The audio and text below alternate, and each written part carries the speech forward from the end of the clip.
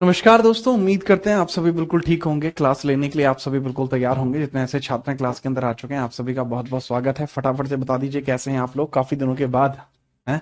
कल तो मिला ही था, काफी दिन बाद कैसे हो गया है भाई? ध्यान नहीं रखते तुम? अच्छा, कैसे हो? मजे आ रहे हैं जीवन में? चलो, आज बुद्धिज्म को कंप्लीट कर देंगे और जैनिज्म के बारे में भी चर्चा आज करनी होगी। तो बहुत ध्यानपूर्वक हम बातों को समझेंगे। और हम बात कर रहे थे जिस टॉपिक पर, वो होता है बुद्ध संगति। बुद्ध संगति के बारे में चर्चा कर रहे थे, तो बड़े प्यार से बुद्ध संगति के ऊपर ही चर्चा करेंगे। आप सभी का अभिवादन स्वीकार किया जाता है। और बताइए आप सब कैसे हैं? हाँ भाई, उत्तर प्रदेश की पावन धरती से प्रणाम कर रहा है बच्चा। प्रणाम भाई आप सभी को। आप सभी का यहाँ आ जाना हमेशा से ही बेहतर रहा है, आगे भी वो बेहतर रहेगा। ठीक है, बड़ा अच्छा लगा आप सभी का यहाँ पर आ जाना। क्लास में सत्यम, पूजा, सीमा, रावत, निभा, रिमझिम, सोनी, अनमेंद्र, ज्योति, ममता, नेहा, ठीक है, प्रतिमा ठाकुर, आयुष, निभा, करुणा गौतम, ठीक है, ब्रजेश, श्रद्धा, पल्लवी शर्मा, रिमझिम, और भी बहुत सारे बच्चे क्लास के अंदर आ चुके हैं। आप सभी का बहुत बहुत स्वागत है। आप सभी का बहुत बहुत स्वागत है। चलिए, बहुत प्यार से क्लास को स्टार्ट करते हैं और बहुत बेहतरीन ढंग से चीज़ों को आगे बढ़ाएंगे, है जी। चलो, शाबाश। हाँ। ओके ओके ओके, आगे बढ़ रहे हैं। ठीक है, चलो। ओके, नम्रता। चलो, तो यहाँ पे काफी सारा कुछ हम पूरा कर चुके हैं। आज बौद्ध धर्म के बारे में बात करेंगे, कोशिश करेंगे बौद्ध धर्म तो कंप्लीट हो ही जाएगा। जैनिज्म के बारे में थोड़ा बहुत आज जानकारी ठीक ठाक ले लें। तो हम लास्ट क्लास में जो चर्चा कर रहे थे, किस किस तरीके से चर्चा कर चुके हैं। बौद्ध संगीति के बारे में बात कर रहे थे। पहली बौद्ध संगीति के ऊपर चर्चा हो चुकी थी। अब हेडिंग डाल लीजिए, दूसरी जैन संगति वैशाली में होती है। दूसरी जैन संगति कहाँ होती है? वो वैशाली। दूसरी जैन संगति कहाँ होती है? यहीं लिख दूंगा, दूसरी जैन संगति। द्वितीय जैन संगति, द्वितीय, सॉरी, बुद्ध संगति, बुद्ध संगति, संगति, संगति, द्वितीय बुद्ध संगति के बारे में बात करते हैं। अरे कोई ब्लॉक नहीं है भाई, आज तक मेरी क्लास में कोई ब्लॉक नहीं हुआ और भविष्य में भी कोई मेरी क्लास में कभी ब्लॉक नहीं होगा। संगति लिख दिया मैंने, संगीति होता है जबकि ये स्पेलिंग मैंने गलत लिख दिया, संगीति। चलो, सेकंड बुद्धिस्ट काउंसिल। तो आप मुझे बताओ इसके बारे में आपको क्या क्या जानकारी है। बुद्धिस्ट काउंसिल, चलो मैं बताता हूं। ठीक है, ये होती है 383 एडी में, 383 बीसीई में होती है, नॉट एडी, बीसीई में होती है, 383 बीसी, यानी ईशा पूर्व में होती है, 383 ईशा पूर्व में होती है। ठीक है, नेक्स्ट वैशाली में होती है, राजा कालाशोक है। वैशाली में होती है, @वैशाली, राजा है कालाशोक। किंग कौन है? कालाशोक। किंग है इसमें Kalashoka,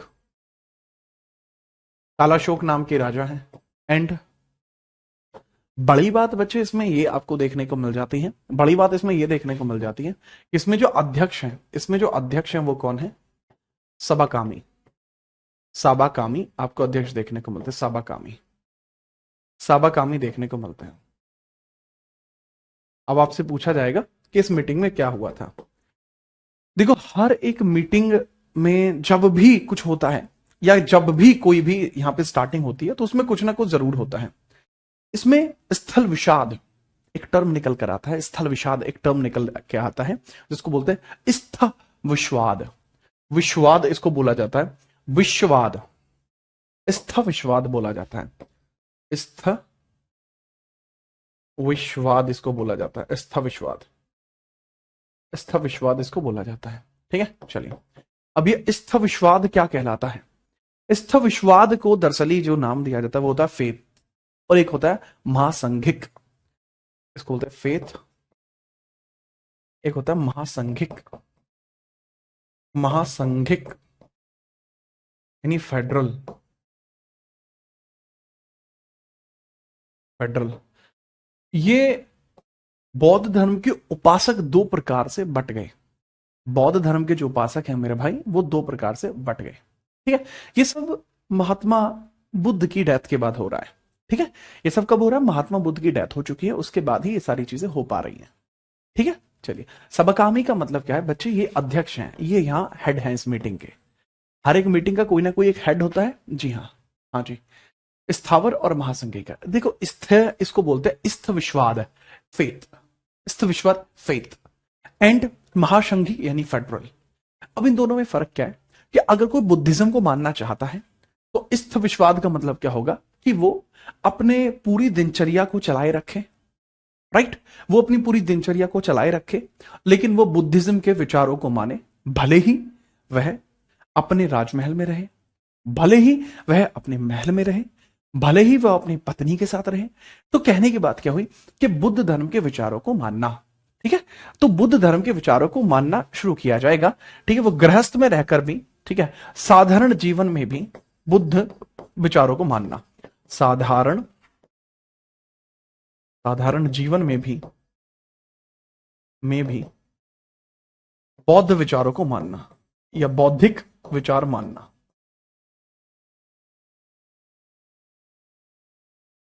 following the Buddhism following the Buddhism following the Buddhism following Buddhism after after being in a society after being in a society, यानी इसमें आप क्या रहेंगे, ठीक है, इसमें बुद्धिज्म को फॉलो करना एक साधारण जीवन में भी, following Buddhism in a normal life, following following Buddhism following Buddhism in normal life, in normal life, normal life, इस साधारण जीवन में भी बौद्धिक विचारों को मानना, ठीक है जी हाँ। फेडरल का मतलब क्या होता है, इसमें बौद्धिक विचारों को माना जाता है लेकिन संघ में रहकर बौद्धिक विचारों को मानना। संघ में रहने का मतलब क्या होता है, जैसे बौद्ध भिक्षु संघ होता है वो उस प्रकार से जीवन उसमें जिया जाता है। बौद्ध भिक्षु संघ में रहकर बौद्ध भिक्षु संघ में रहकर भिक्षु संघ में रहकर बौद्धिक विचार मानना, बौद्धिक विचार मानना। अब एक बात बताओ, अगर तुम किसी राजा को कन्वर्ट करा दो बुद्धिज्म में, लेट सपोज आपने किसी राजा को बुद्धिज्म में कन्वर्ट करा दिया, क्या वो तुम्हारे संग में रहने के लिए आएगा? नहीं आएगा। जीवन सबको प्यारा है, उसने अपने जीवन में इतनी मेहनत करी तो क्यों करी, इसीलिए करी, ठीक है। तो यहां पे आपको ये देखने को मिलता है, तो इस पे कृपया करके इसको ध्यान रखें, ठीक है। मेरे ख्याल से इतना आपको समझ में आ गया होगा। विनीता, अभी आपके जो ज्ञान चक्षु है ना बच्चे, अभी वो बहुत कम है, वो धीरे धीरे खुलेंगे तब आपको समझ में आएगा, ठीक है। चलो, ये तो हो जाती है दूसरी बुद्ध संगति। इसके बाद हम देखते हैं तीसरी बुद्ध संगति के बारे में। तीसरी बुद्ध संगति आपको देखने को मिलती है, यहां लिख लीजिए, तृतीय बुद्ध संगति, बुद्ध संगति संगीति, ठीक है। तृतीय बुद्ध संगति के बारे में लिखिएगा, तृतीय बुद्ध संगति के बारे में बहुत ध्यानपूर्वक लिख लिए। ये पाटलिपुत्र में होती है 255 बीसी में, 255 बीसी में होती है, कुछ लोग 250 भी बताते हैं, 255 बीसी में होती है, कुछ किताबों में 250 भी लिखा हुआ है। Some book refers 250 AD, some source क्या कहते हैं बाबू, 250 बताते हैं। सम सोर्स रेफर करते हैं कि ये 250 बीसी था, बीसीई था, कुछ सोर्स ये भी रेफर करते हैं, बट हम 255 के साथ जा सकते हैं। पूछा जा सकता है कि जब ये मीटिंग होती है कहां होती है, पाटलिपुत्र में होती है, पाटलिपुत्र में होती है। मोगलीपुत्र तिस इसमें अध्यक्ष है और अशोक यहां पे राजा है। ये होती है बाबू पाटलिपुत्र में, पाटलिपुत्र में होती है। राजा है अशोक। राजा कौन है, राजा है अशोक, राजा है अशोक, राजा अशोक है। और अध्यक्ष पूछा जाएगा तो मोगलीपुत्र तिस, मोगलीपुत्र तिस, मोगलीपुत्र तिस आपको देखने को मिलते हैं। फिर पूछा जाएगा कि इस मीटिंग में क्या जरूरी कार्य हुआ था। सेकंड बौद्ध संगति कहां हुई थी, वैशाली में हुई थी बाबू, ये लिखा हुआ वैशाली, वहां लिखा हुआ पाटलिपुत्र। तो इसमें क्या होता है, मैंने आपको 3 ग्रंथ बताए थे बुद्धों के जीवन के, मैंने आपको 3 बहुत महत्वपूर्ण ग्रंथ बताए थे, ये रहे विनय पिटक, सूत्र पिटक और जो अभिधम्म पिटक है, उसकी रचना तीसरी बौद्ध संगति में होती है, जिसको मोगलीपुत्र तिस्स के द्वारा लिखा जाता है, जिसको मोगलीपुत्र शिष्य इसलिए बोला जाता है क्योंकि यह भगवान बुद्ध की, महात्मा बुद्ध की शिक्षाओं को आगे बढ़ा रहा है। तो मोगलीपुत्र तिस्स के द्वारा अभिधम्म पिटक की रचना, मोगलीपुत्र तिस्स के द्वारा। इसमें महत्वपूर्ण कार्य क्या हुआ, महत्वपूर्ण कार्य महत्वपूर्ण कार्य क्या हुआ? महत्वपूर्ण कार्य यह हुआ अभिदम्ब पिटक की रचना। अभिदम्ब पिटक की रचना। अभिदम्ब पिटक की रचना।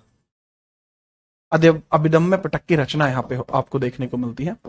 इसको बोलते हैं making of Abhidhamma Pitaka. Making of Abhidhamma Pitaka. Abhidhamma पिटक।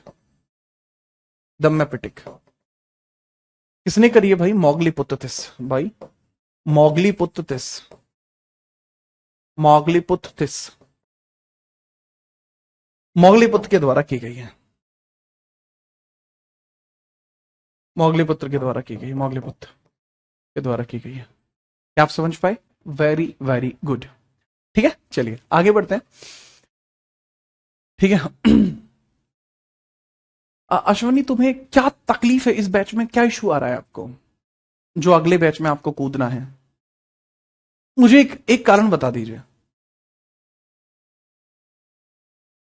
देखो, अभी आपका कार्य होना चाहिए पढ़ना मेरे भाई, तो उस पर आप ध्यान दो हैं।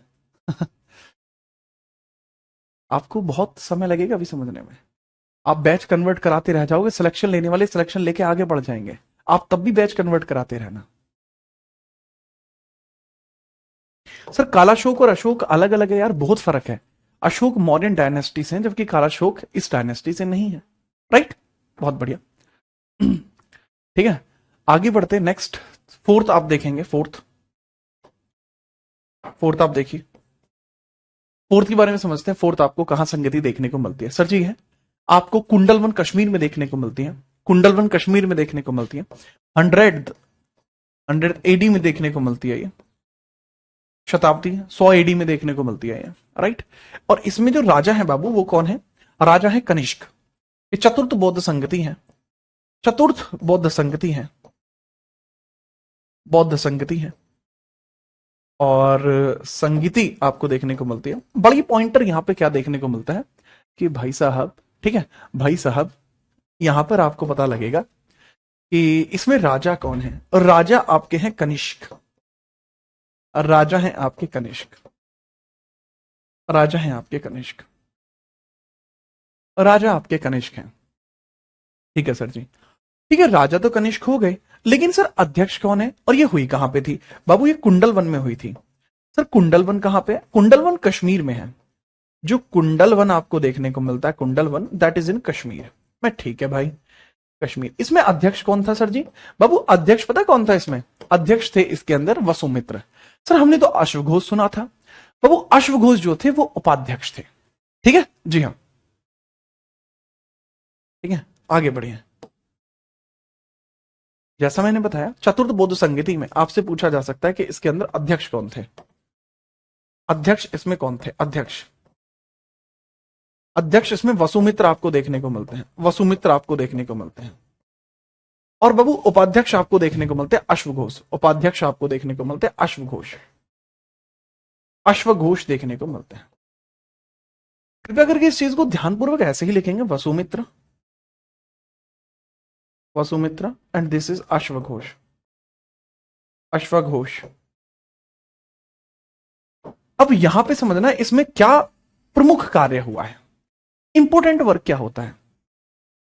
देखो, बुद्ध चरित्र नाम की एक किताब है, वो वसुमित्र लिखते हैं, उसके बारे में मैं आगे चर्चा करूंगा। बट यहां क्या होता है कि बुद्ध धर्म दो भागों में विभाजित हो गया, एक महायान और एक हीनयान।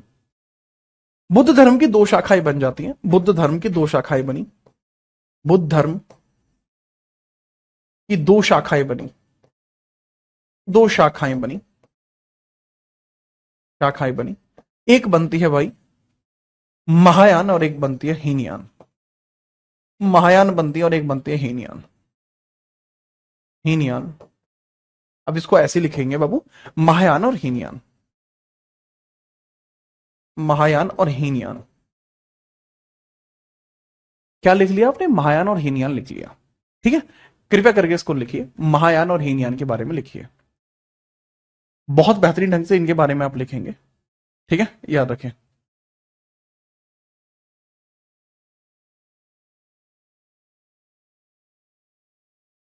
अब महायान हीनयान में फर्क क्या है इसके बारे में नेक्स्ट पेज पर चर्चा करेंगे आखिरकार हीनयान और महायान में फर्क क्या है। उपाध्यक्ष क्या होता है? This is vice chairman. उपाध्यक्ष होता है, ये तो हो गया चेयरमैन, ये हो गया वाइस चेयरमैन, अध्यक्ष उपाध्यक्ष, ऑब्वियस ही बात है, राइट? ठीक है। अब नेक्स्ट पेज पे मैं बात करूंगा आखिरकार हीनयान और महायान क्या है, इनका क्या फर्क है, आज की डेट में इनका क्या महत्व है।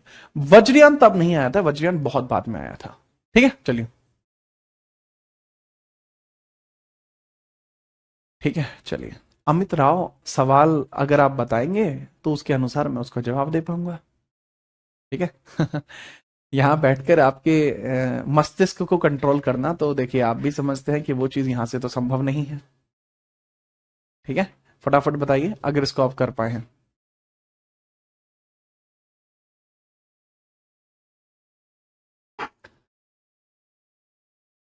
आशीष अगर कमेंट करोगे तो याद कैसे करोगे भाई?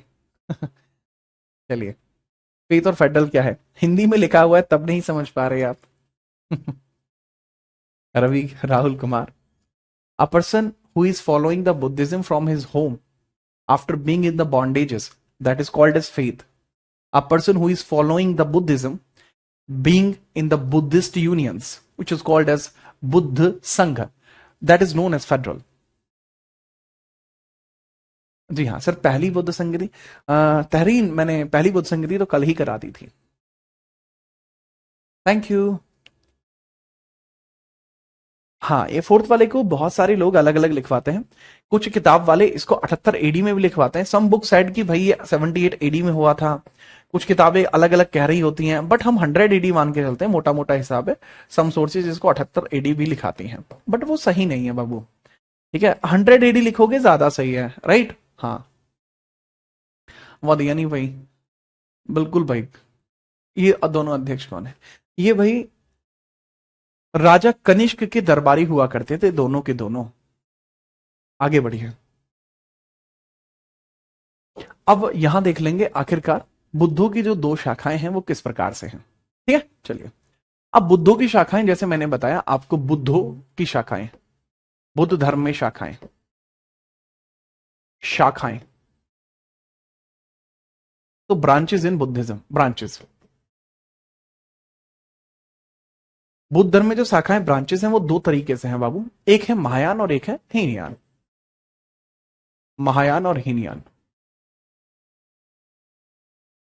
हीनयान। तो पूछा जाता है इनका प्रतिपादन किसने किया है, कि भाई महायान ब्रांच को किसने स्टार्ट करा, महायान ब्रांच को किसने स्टार्ट करा, एंड हीनयान ब्रांच को किसने स्टार्ट करा। पूछा जा सकता है आपसे, राइट? तो आप लिख सकते हैं महायान को या हीनयान को लिख सकते हैं वसुमित्र और महाकश्यप। वसुमित्र, वसुमित्र और महाकश्यप, महाकश्यप। जिन लोगों ने वसुमित्र की बातों को धारण किया वो महायान कहलाए, जिन लोगों ने महाकश्यप की बातों को धारण किया वो हीनयान कहलाए। अब इन दोनों ही परिस्थिति में आप समझिए, वसुमित्र बुद्ध को ईश्वर मानते हैं। वसुमित्र का क्या कहना है? बुद्ध को ये ईश्वर मानते हैं, ये बुद्ध को ईश्वर मानते हैं, बुद्ध को ईश्वर मानते हैं, ईश्वर मानते हैं। Consider Buddha as god, consider Buddha as god, consider Buddha as god, Buddha as god. ये कहते हैं कि बुद्ध जो है वो भगवान है। इन्होंने कुछ नए नियम बनाए और आज की डेट में यही Japan, Korea, Bhutan, Singapore, China, ठीक है, इन सब जगह जो चलते हैं वो सब चीजें यहां देखने को मिलती हैं। तो अश्वनी आप वो कर लीजिए, फिर दोबारा आपको यहीं आना पड़ेगा। ठीक है। अभी तक आप समझ नहीं पाए अश्वनी। कोई बात नहीं। चलिए, यहां पे मेरी बात को ध्यान से समझिए। ठीक है, जैसा मैंने बताया, जो वसुमित्र है या है, ये जो आपका महायान है, इसका जो विस्तार है, इसका विस्तार आज की डेट में आपको अन्य अन्य देशों में देखने को मिलता है। जैसे इसका विस्तार या इसका एक्सपेंशन, इसका विस्तार या इसका एक्सपेंशन, इसका विस्तार या इसका एक्सपेंशन आपको देखने को मिलता है। कहां कहां बताइए सर जी? इसका जो एक्सपेंशन पता है हमें जो देखने को मिलता है वो कहां देखने को मिलता है? वो देखने को मिलता है चीन, जापान, कोरिया, कोरिया, सिंगापुर, यहां पर। तो आज की डेट में जितना भी विदेशी बुद्धिज्म कल्चर है वो किस पे डिपेंड करती है? तिब्बत, तिब्बत में भी देखने को मिलता है, वो सब महायान पे डिपेंड करते हैं। लेकिन जबकि जो हीनयान है, हीनयान इस पर डिपेंड ही नहीं करता। हीनयान में क्या है? हीनयान में अष्टांगिक मार्ग की धारणा को बताया गया है, अष्टांगिक मार्ग की धारणा को बताया गया है। ठीक है, याद रखना कि बहुत ही बेहतरीन ढंग से आप बताएंगे। इन्होंने कहा कि बुद्ध एक महान व्यक्तित्व है लेकिन वो भगवान नहीं है। महाकश्यप जी का कहना बहुत स्पष्ट है कि बुद्ध महापुरुष है। बुद्ध कौन है? बुद्ध महापुरुष है और अष्टांगिक मार्ग ही जीवन में आगे बढ़ा सकता है। ठीक है, जी हां। कहा बताया गया कि बाबू जो बुद्ध है, इन्होंने बुद्ध को महापुरुष कहा, बुद्ध को महापुरुष कहा, पुरुष कहा। ठीक है, बुद्ध को क्या कहा? महापुरुष कहा। Said Buddha as great personality, said Buddha as great personality, personality. कहा कि बुद्ध एक अच्छे आचरण के व्यक्ति हैं, लेकिन कहा कि जीवन को सिद्ध करने का तरीका सिर्फ अष्टांगिक मार्ग है। लेकिन जीवन को सिद्ध करने का तरीका, वो सिद्ध करने का तरीका सिर्फ और सिर्फ क्या है? तरीका अष्टांगिक मार्ग ही है, अष्टांगिक मार्ग ही है। अगर मैं आपको सही मायने में बताऊं तो बुद्धिज्म का सही मतलब हीनयान में ही स्पष्ट होता है। ठीक है, जी हां, एट फोल्ड पाथ। जी हां, एट फोल्ड पाथ ही जीवन को आगे बढ़ा सकता है। इन्होंने एट फोल्ड पाथ पर ही ध्यान दिया जिस पर महात्मा बुद्ध ने खुद ध्यान दिया था। क्या महात्मा बुद्ध खुद को भगवान मानते थे? नहीं। देखो, ये जो होते हैं, जो बुद्ध होते हैं, ये अलग से जानकारी आप लिख सकते हैं। बुद्ध पुनर्जन्म में विश्वास करते हैं परंतु आत्मा और परमात्मा में विश्वास नहीं करते। जो बुद्ध होते हैं, बुद्ध, इनके हिसाब से ना आत्मा है ना परमात्मा है, परंतु पुनर्जन्म यहां होता है, पुनर्जन्म यहां होता है। ठीक है, ये थोड़ी सी चीजें होती हैं, इसको भी आप लिख लेना, इसको भी आप लिख लेना। ठीक है, इसको भी क्या आप लिख लेना।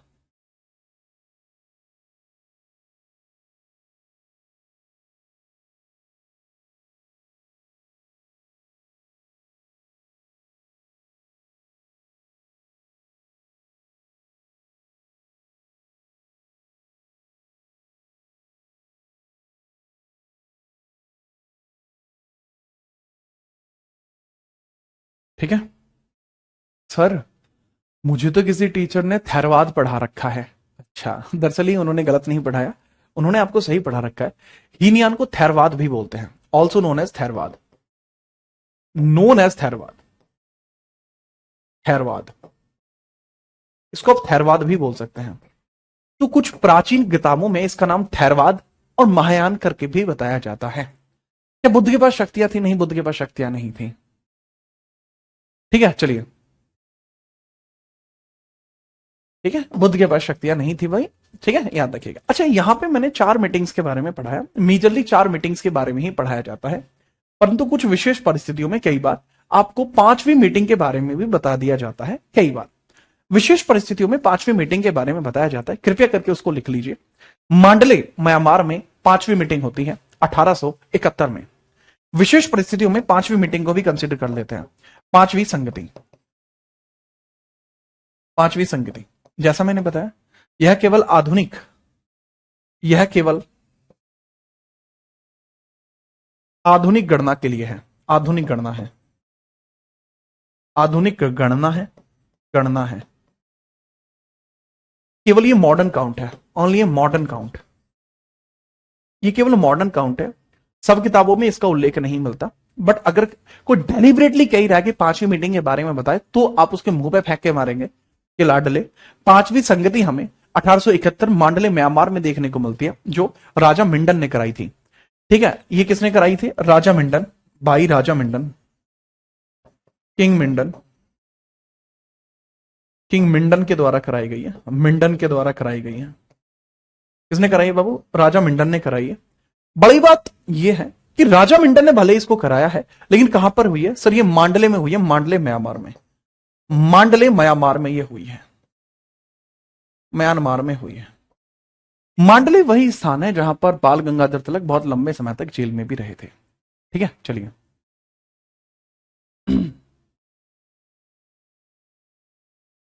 Thank you Sachin. आगे बढ़ते हैं। सचिन का सीडीएस का पेपर था, वो मुझसे पढ़े थे, उनके पॉलिटी सारी सही हुई है। एंड हिस्ट्री के क्वेश्चन थोड़े टफ थे, बट उसमें से भी इन्होंने अच्छे क्वेश्चन अटेम्प्ट किए। That is very good. ठीक है, चलिए नोट करिए।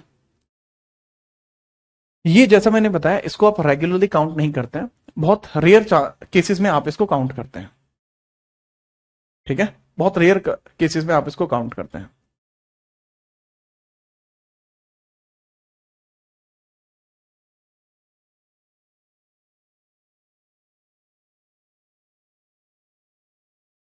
अब हम बात करते हैं बुद्ध मोनेस्ट्रीज के बारे में, क्योंकि बहुत सारी बुद्ध मोनेस्ट्रीज आपको देखने को मिलती हैं। या पहले हम बुद्ध ग्रंथों की बात करते हैं, फिर हम बुद्ध मोनेस्ट्रीज की बात भी कर देंगे। तो बुद्ध ग्रंथों की बात करते हैं। सबसे पहले आप लिखेंगे बुद्ध ग्रंथों के बारे में। ठीक है, बुद्ध चरित्र या जो भी है इनके बारे में बात करते हैं। हेडिंग डाल लीजिए बौद्धिक ग्रंथ, जो बुद्ध धर्म के बारे में जानकारी देती हैं, ऐसी किताबों की हम चर्चा करते हैं। सबसे पहले बुद्ध चरित्र लिख लीजिए। सबसे पहले लिख लीजिए बुद्ध चरित्र। ठीक है, बौद्ध ग्रंथ के बारे में चर्चा करते हैं। बौद्ध ग्रंथ, ग्रंथ की चर्चा करते हैं। Buddhist literature, Buddhist literature, Buddhist literature की बात करते हैं कि किसने क्या क्या किताब लिखी है। ठीक है सर, बड़े प्यार से मैं बात करता हूं। सबसे पहली किताब आपको बुद्ध चरित्र देखने को मिलती है, जिसको वज्र सूची के तौर पर भी देखा जाता है। वज्र सूची, सौदरानंद, सौदारानंद, वज्र सूची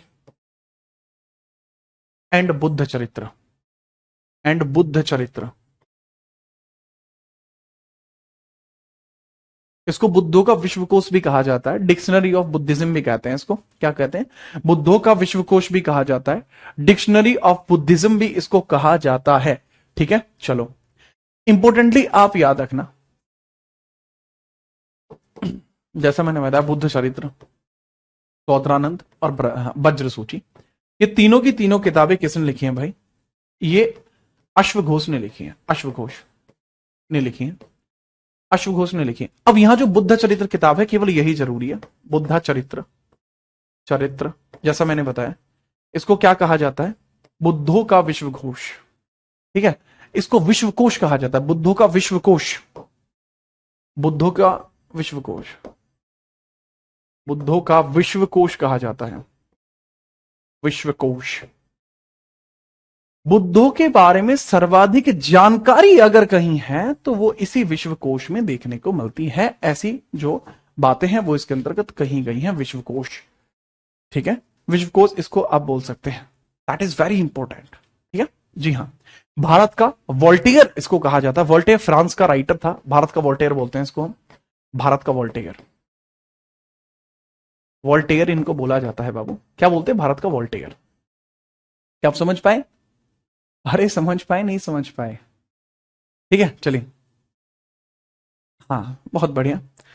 नेक्स्ट हम बात करते हैं बाबू, नेक्स्ट हम बात करते हैं, इसके बाद अगले पॉइंटर पे आइए। नेक्स्ट हम बात करते हैं अगले पॉइंटर पे, आप आइए। कि चलिए सर, अश्वघोष के बारे में तो हम समझ गए। नेक्स्ट हेडिंग आप मुझे बताइए, विभाषा शास्त्र। विभाषा शास्त्र वसुमित्र ने लिखी है। विभाषा शास्त्र, विभाषा शास्त्र किसने लिखी है? वसुमित्र ने लिखी है, वसुमित्र ने लिखी है, वसुमित्र। ठीक है, दिस इज अश्वघोष। ठीक है, अश्वघोष। क्या आप समझ पाए? बहुत बेहतरीन। अच्छा, यहां मेरी बात समझना, ये दोनों ही कनिष्क के जो दरबार होता है, कनिष्क के दरबारी हैं, दोनों ही कनिष्क के दरबारी हैं। ये राजा कनिष्क के कार्यकाल से संबंधित है, राजा कनिष्क के कार्यकाल से संबंधित है। कनिष्क के कार्यकाल से संबंधित है, कनिष्क के कार्यकाल से संबंधित है, राजा कनिष्क के कार्यकाल से संबंधित हैं, related to the tenure of Kanishka, related to tenure of Kanishka, related to tenure of Kanishka, Kanishka, related to tenure of Kanishka, Kanishka का जो टेन्योर है उससे ये रिलेट करते हैं। कनिष्का कुषाण वंश का राजा है बाबू। कनिष्का कौन से वंश का राजा है? कुषाण डायनेस्टी का राजा है, कुषाण वंश का। आगे हम कुषाण वंश पढ़ेंगे, ठीक है, याद रखना। अच्छा, यहां पे अब समझना कि जो बुद्ध के समय की या बुद्ध की सर्वाधिक मूर्तियां हैं वो किस शैली की हैं, वो समझिए। बुद्ध की सर्वाधिक अगर पूछा जाए तो किस शैली की है?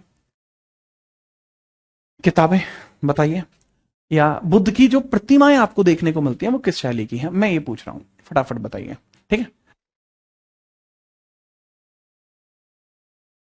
पूछा जा सकता है कि बुद्ध की जो सर्वाधिक मूर्तियां हैं वो किस शैली की देखने को मिलती हैं, बताइए। सर वो गांधार शैली की देखने को मिलती हैं। बुद्ध की सर्वाधिक प्रतिमाएं गांधार शैली की हैं। बुद्ध की सर्वाधिक प्रतिमाएं, बुद्ध की सर्वाधिक प्रतिमाएं, प्रतिमाएं, idols, major idols of Buddha, major idols of Buddha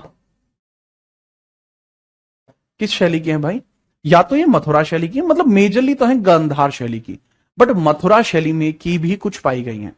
majorly कौन सी है भाई? गांधार शैली की है, गांधार शैली की है, गांधार शैली, गांधार, गांधार शैली की है, गांधार शैली की है।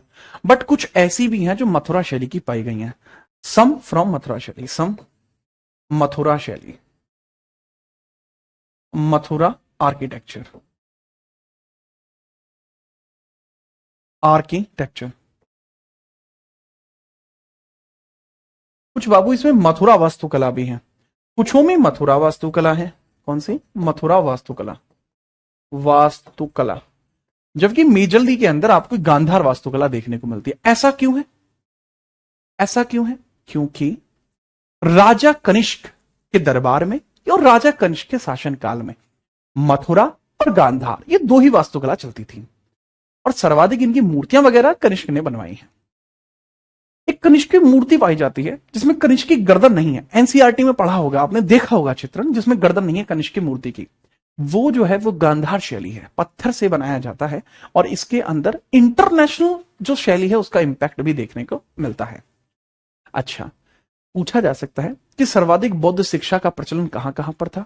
तक्षशिला, विक्रमशिला, औदंतपुरी, एंड आपको देखने को मिलता वल्लभी, एंड सबसे इंपॉर्टेंट नालंदा विश्वविद्यालय, जिसे ऑक्सफोर्ड ऑफ महायान भी कहा जाता था। बताइए समझ में। जैसा मैंने बताया, जो बुद्ध शिक्षा केंद्र कहां पर था, यह अंतिम पॉइंट है, इसके बाद सिर्फ मोनेस्ट्री रह जाएंगे। बुद्ध शिक्षा केंद्र कहां कहां पर था? शिक्षा केंद्र, education centres, Buddhist education centre, Buddhist education centre, centre कहां कहां पर था? बहुत ध्यान से लिखना है इस बात को। जैसा मैंने बताया, सबसे पहले Vikramshila, Vikramshila, Vallabhi, Vallabhi, that is very important. Vikramshila और वल्लभी दोनों ही है। तक्षशिला भी जरूरी है, औदंतपुरी भी जरूरी है, तक्षशिला भी जरूरी है, तक्षशिला भी जरूरी है, औदंतपुरी भी जरूरी है, औदंतपुरी भी जरूरी है। और इसी के बाद आपको देखने को मिलता है नालंदा। अब नालंदा के बारे में तो आप जानते हैं। अच्छा, आप में से कितने ऐसे बच्चे हैं जो मिडाइवल हिस्ट्री मुझसे पढ़े हैं? जो मिडाइवल हिस्ट्री मुझसे पढ़े हैं, ऐसे कितने बच्चे हैं? फटाफट बताइए। जो मुझसे पढ़े हैं मिडाइवल हिस्ट्री, कौन कौन है ऐसे बच्चे? फटाफट बताइए। ठीक है, आपकी कमेंट नहीं आ पा रही है, ठीक है, आपकी कमेंट नहीं आ पा रही है, अब क्या ही कर सकते हैं। ठीक है, ऐसा करो,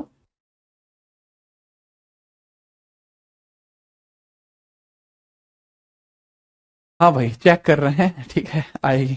तो आपने मुझसे पढ़ा होगा, जब मैं नालंदा विश्वविद्यालय के बारे में बताता हूँ तो हमेशा इसके बारे में बताता हूँ कि भाई इसको कुमार गुप्त ने बनवाया था। इसको किसने बनवाया था बाबू? कुमार गुप्त ने बनवाया था, जो गुप्त वंश का राजा था। क्योंकि इसके अंदर सर्वाधिक बौद्धिक शिक्षा चलती थी, जिस कारण से इसको ऑक्सफोर्ड ऑफ महायान कहते हैं। क्या कहते हैं बाबू इसको? Oxford of Mahayana. Oxford of Mahayana बोलते हैं इसको, ऑक्सफोर्ड ऑफ महायान। इसको ऑक्सफोर्ड ऑफ महायान बोला जाता है, मेजरली यही बोलते हैं, राइट। बेहतरीन।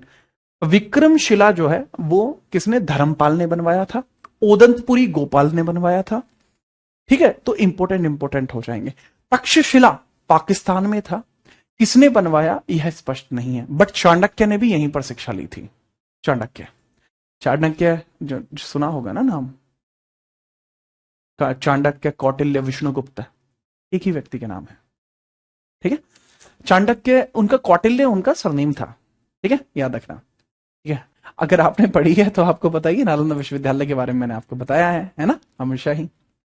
तो बाद में बख्तियार खिलजी ने इसको तबाह कर दिया था 1193 में, फिर 1203 में, ठीक है। तो उसके बारे में मैंने आपको बहुत बार चर्चा की है, याद है ना आपको? हाँ बेहतरीन। जब मैं बताता हूं कि एक्सपेंशन ऑफ दिल्ली सल्तनत कैसे हुआ, जब जब बताया होगा तब तब इसके बारे में मैंने बात की होगी, राइट। सबाश, विनोद तोमर, दुष्यंत सिंह, सुमित दुबे, अपूर्व सेन, बेहतरीन। चलिए मेरे ख्याल से आप समझ पाए होंगे, आगे बढ़िए। बहुत इंपॉर्टेंट अब टॉपिक डालेंगे आप। बुद्धों की मोनेस्ट्रीज, बुद्धों की मोनेस्ट्रीज आप डाल देंगे, मोनेस्ट्रीज। मोनेस्ट्रीज की हम बात करेंगे, जो बुद्धों की मोनेस्ट्री आपको देखने को मिलती हैं। मोनेस्ट्रीज यहां पे इस प्रकार से आप मैप बनाइए, ठीक है। अगर आप मैप ना बनाना चाहें तो कोई इशू नहीं है, मैंने मैप बना लिया, आप सिर्फ समझ लीजिए। तो ये इस तरीके से आपको इंडियन मैप देखने को मिलता है आज की डेट में, राइट। जी हाँ, इसमें थोड़ा कलर कर देते हैं, ठीक है, बेहतरीन लगना चाहिए ये, इट मस्ट बी कलरफुल, ठीक है, बेहतरीन। अब बात करते हैं इसमें, सबसे पहले आपको जो मोनेस्ट्री देखने को मिलती है, सबसे इंपोर्टेंट मोनेस्ट्री की हम बात करें तो आपको लद्दाख में हेमिस, ठीक से, और डिस्कट देखने को मिलती है। हेमिस, हेमिस, हेमिस मठ देखने को मिलता है, मठ, हेमिस मठ देखने को मिलता है। हेमिस मठ के साथ साथ आपको यहीं पे ठीक से देखने को मिलता है, ठीक से, ठीक से, ठीक से देखने को मिलता है, ठीक से। तो आपको हेमिस मठ देखने को मिल गया, ठीक से मठ देखने को मिल गया, और डिस्कट देखने को मिलती है, डिस्कट, डिस्कट मठ देखने को मिल गया। तो ये तीनों की तीनों भैया कहां पर है सर जी? ये वाला जो पोर्शन है that is portion of Ladakh, this is called as portion of Ladakh. तो ये लद्दाख है, this is portion of Ladakh. Ladakh में आपको ये सब देखने को मिलता है, लद्दाख, ये सब आपको लद्दाख में देखने को मिल गया, राइट। नेक्स्ट बाबू हम बात करते हैं, नेक्स्ट, नेक्स्ट हम बात करते हैं सिक्किम में रूमटैक, रूमटैक और एंचेई, रूमटैक एंचेई, रूमटैक एंचेई, रूमटैक है और एंचेई है, एंचेई, रूमटैक और एंचेई सिक्किम में देखने को मिलते हैं, सिक्किम में रूमटैक और एंचेई, ठीक है। इसको इंग्लिश में भी लिख देता हूं, दैट इज रूमटैक और एंचेई, एंचेई, ठीक है, रूमटैक और एंचेई। मोनेस्ट्री क्या होती है? मोनेस्ट्री मठ बोलते हैं। What is monastery? मोनेस्ट्री क्या होती है बाबू? मोनेस्ट्री, मोनेस्ट्री को बोला जाता है मठ। ये एक बौद्धिक पूजा स्थल होते हैं। ये क्या होते हैं? बौद्धिक पूजा स्थल, बौद्धिक पूजा स्थल होते हैं, यहां पूजा स्थल होते हैं, यहां निवास भी होता है, यहां निवास भी होता है, निवास भी होता है। सर ये चैत्य और विहार क्या होते हैं उसके बारे में भी बताऊंगा, टेंशन मत लो, उसके बारे में भी बताऊंगा, चैत्य के बारे में। हिमाचल आप लिखेंगे, ताबो शशूर, ताबो शशूर की गोम्पा, ताबो शशूर की गोम्पा, ताबो, यहां पे है ये आपका हिमाचल प्रदेश, यहां आपका हिमाचल प्रदेश है, तो हिमाचल प्रदेश में समझिए, हिमाचल प्रदेश में ताबो, ठीक है। Tabo, this is important. Namgyal भी है, शशूर भी है, शशूर भी है, मैकलोडगंज है, शशूर, मैकलोडगंज, मैकलोडगंज, मैकलोडगंज भी काफी फेमस है। गोम्पा और नाको, की गोम्पा और नाको, की गोम्पा, नाको, की गोम्पा, नाको। ठिकासे क्या है बाबू? ठिकासे कुछ है नहीं, ये मठ है, ये भी मठ ही है, ये सारे मठ है, ये सब मठ है। मैं मठ बार बार नहीं लिख रहा हूं, इस वजह से बता रहा हूं। दैट इज ताबो, ताबो, शशूर, मैकलोडगंज, गंज, की गोम्पा, की gompa and Nako. This is the names, ठीक है, याद रखना। सबसे इंपॉर्टेंट, और जो मेरे पेपर में भी आया था, ठीक है, मैंने आपको बताया होगा, मेजरली एसएससी के सभी एग्जाम्स मेरे द्वारा दिए गए, क्वालिफाई किए गए, ठीक है। रुमटैक, रुमटैक आपको देखने को मिलता है बाबू, रुमटैक है यहां सिक्किम में। तो मेरे पेपर में आया था कि तवांग मठ कहां पे? तमांग, तमांग अरुणाचल में है, ठीक है। तो दैट इज अरुणाचल, अरुणाचल का एरिया है, दैट इज अरुणाचल। और यहीं आपको देखने को मिलता है तमांग, दिस इज अरुणाचल, अरुणाचल, अरुणाचल में आपको तमांग देखने को मिलता है, तमांग मठ, तमांग मठ देखने को मिलता है, तमांग मठ। एक हिमाचल प्रदेश का छोटा है, मुझे याद नहीं आ रहा, आपको पता हो तो फटाफट बताओ, ठीक है। हाँ, हाँ, हाँ, विहार एक रेस्ट हाउस होता है, बिल्कुल। चैत्र जो होते हैं वहां पर आप पूजा कर सकते हैं, विहार एक रेस्ट हाउस की भांति होता है, यस, परफेक्ट। अरुणाचल में तमांग मठ आपको देखने को मिलता है, that is very very obvious, ठीक है। नेक्स्ट इसके अंदर आप देखते हैं आपका जो कर्नाटक है, कर्नाटक, कर्नाटक में वेलकुप्पे, वेलकुप्पे, वेलकुप्पे, यहां कर्नाटक आपको देखने को मिलेगा, कर्नाटक में वेलकुप्पे, वेलकुप्पे,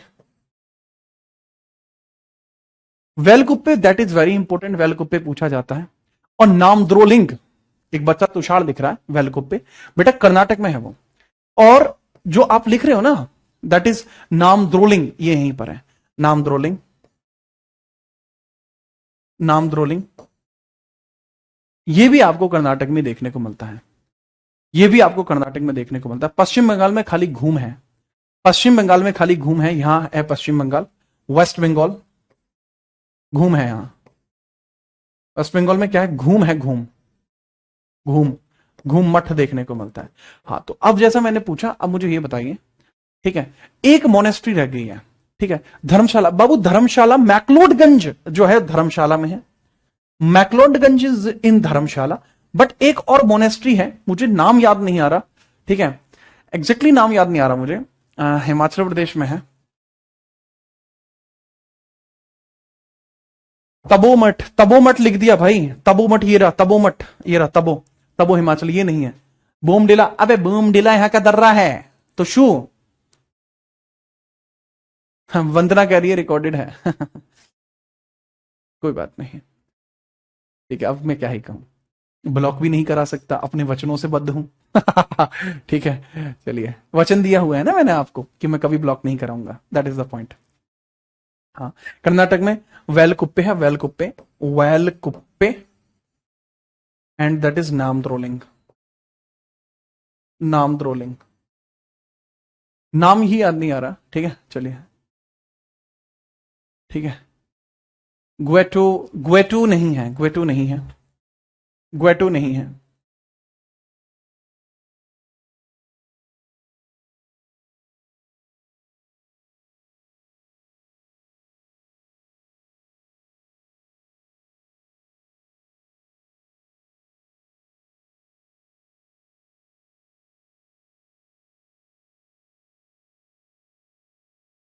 ठीक है, चलो, एक बच्चा लाहालुंग है, दैट इज वेरी गुड। लाहालुंग आपको देखने को मिलते हैं, लाहालुंग, लाहालुंग आपको देखने को मिलती है, लाहालुंग, लाहालुंग मोनेस्ट्री आपको यहां देखने को मिलती है, दैट इज वेरी गुड। किसी ने बताया था ये निकल के आप तो।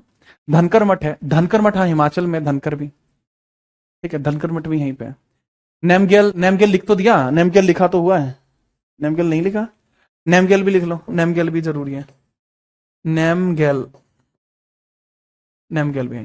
तो ये आपके पूरे मठ देखने को मिलते हैं। मठ क्या होते हैं? बुद्धिज्म के पूजा स्थान की तरह होते हैं। फुडोंग मठ, ये होती है बात, फुडोंग मठ, विवेक पाल ने बताया फुडोंग मठ, दैट इज फुडोंग मठ, फुडोंग मोनेस्ट्री। मैं ऐसा इसलिए बता रहा हूं क्योंकि फुडोंग मोनेस्ट्री आपकी पूछी गई है सीएचएसएल में, इसलिए दैट इज जरूरी, ठीक है। दलाई लामा टेम्पल है, Dalai Lama is a temple, yes, ठीक है, Dalai Lama is a temple, ठीक है। चलिए आगे बढ़िए। तो ये आपका यहां पे बाबू बुद्धिज्म खत्म होता है। अब हम स्टार्ट करते हैं जैनिज्म के बारे में। हेडिंग डालिए जैनिज्म, हेडिंग डालिए जैनिज्म, जैन धर्म, हेडिंग डाल लीजिए, हेडिंग डाल लीजिए जैनिज्म, जैन धर्म के बारे में हेडिंग डाल लीजिए बिना परेशानी के।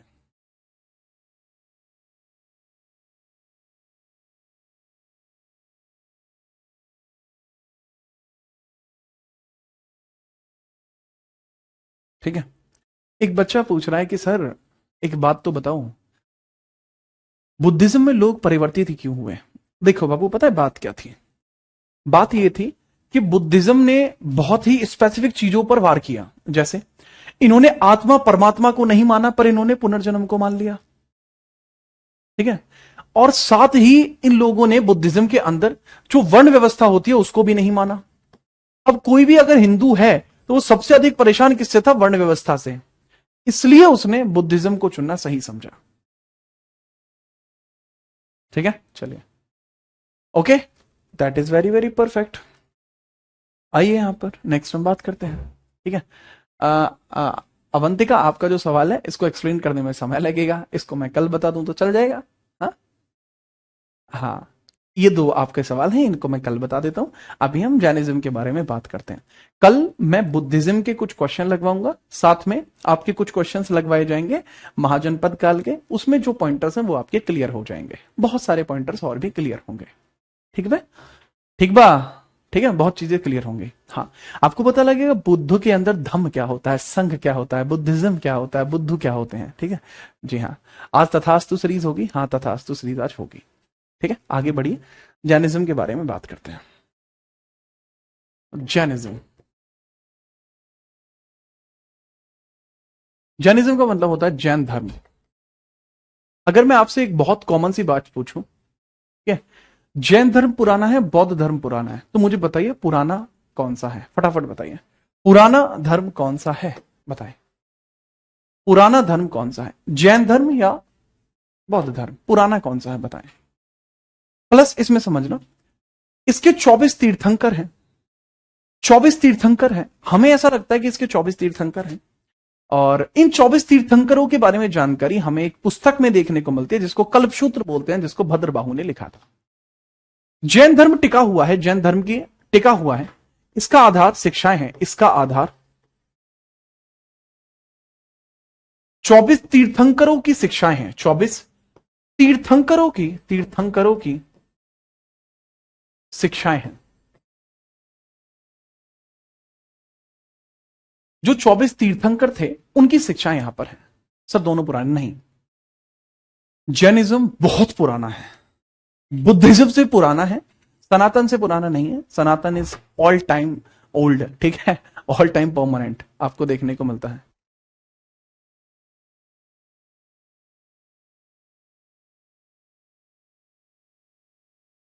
ठीक है, चलो, तो 24 तीर्थंकरों की शिक्षाएं हैं, या फिर ऐसा करो उधर योगेश से पूछो अगर वो एडिट हो गया है तो। हाँ, हुआ है नहीं, पूछो उससे तो। हाँ ठीक है, तो इसका जो आधार है वो 24 तीर्थंकरों की शिक्षाएं हैं, 24 तीर्थंकरों की शिक्षाएं आपको देखने को मिलती हैं। अब उन्हीं 24 तीर्थंकरों की शिक्षाओं के बारे में बात करते हैं। जी हाँ, इनके बारे में जो जानकारी मिलती है, 24 तीर्थंकरों के बारे में जो जानकारी मिलती है वो कल्पसूत्र से मिलती है, एक बुक से मिलती है। बुक का नाम है कल्पसूत्र। क्या है बुक का नाम? कल्पसूत्र है। क्या है वो बुक का नाम? कल्पसूत्र। कल्पसूत्र है बुक का नाम। कल्पसूत्र भद्रबाहु ने लिखी है भाई, भद्रबाहु। भद्रबाहु दिगंबर धारा का एक बेहतरीन जैन गुरु इनको माना जाता है। दिगंबर धारा को ये फॉलो करते हैं। किसको? दिगंबर धारा को फॉलो करते हैं, ठीक है। दिगंबर धारा को फॉलो करते हैं, ठीक है, याद रखिएगा, इंपॉर्टेंट है। जी हाँ, ऐसा कहा जाता है कि जो जैन धर्म था वो सिंधु घाटी सभ्यता के समकालीन था, ऐसा माना जाता है। सही है नहीं वो नहीं पता। तीर्थंकर का मतलब होता है इस जीवन के भवसागर को पार कराने वाला। इस जीवन के भवसागर को पार कराने वाला तीर्थंकर कहलाता है। कहा जाता है कि जैनिज्म जो था वो सिंधु घाटी सभ्यता, आईवीसी के समकालीन है। समकालीन, कि सिंधु घाटी सभ्यता के समकालीन है, ये कहा जाता है, ठीक है। चलिए, बहुत बेहतरीन। अब ऐसा करिएगा बाबू, हाँ, इसकी जो क्लास होगी आज हम यहाँ कंप्लीट करते हैं। अब आपसे मुलाकात होगी हमारी, कल का ऑफ शायद रह सकता है, परसों आपसे मुलाकात होगी। कल दरअसल मुझे एक जगह जाना पड़ेगा, उसके बाद परसों क्लास होगी, ठीक है। उसके बाद कोई छुट्टी आपकी नहीं होगी। सर पहले पाली है या प्राकृत है, कौन है पहले? यार इसके ऊपर बहस चलती है, बट प्राकृत पुरानी है। अच्छा याद रखिएगा, आपकी जो क्लास है आज शाम को 8 बजे पहली क्लास होगी तथास्तु सीरीज की। रेगुलरली उस क्लास से आपको जुड़ना है। अगर इस बार आप सीजीएल में कुछ बेहतर करना चाहते हैं तो बेहतर ढंग से अगर आप आएंगे और इसके अंदर समझेंगे कि अगर आप देखते हैं तो आपको पता लगेगा कि आज बहुत तगड़े लेवल की क्लास होने वाली है। तो ये वाली वो क्लास है जो आज होगी, तथास्तु series, ancient India, complete GS उसमें कराई जाएगी, ठीक है। तो एंशिएंट इंडिया से स्टार्ट कर रहे हैं। हर एक बच्चे को आना है रात को 8 बजे, हर एक बच्चे को।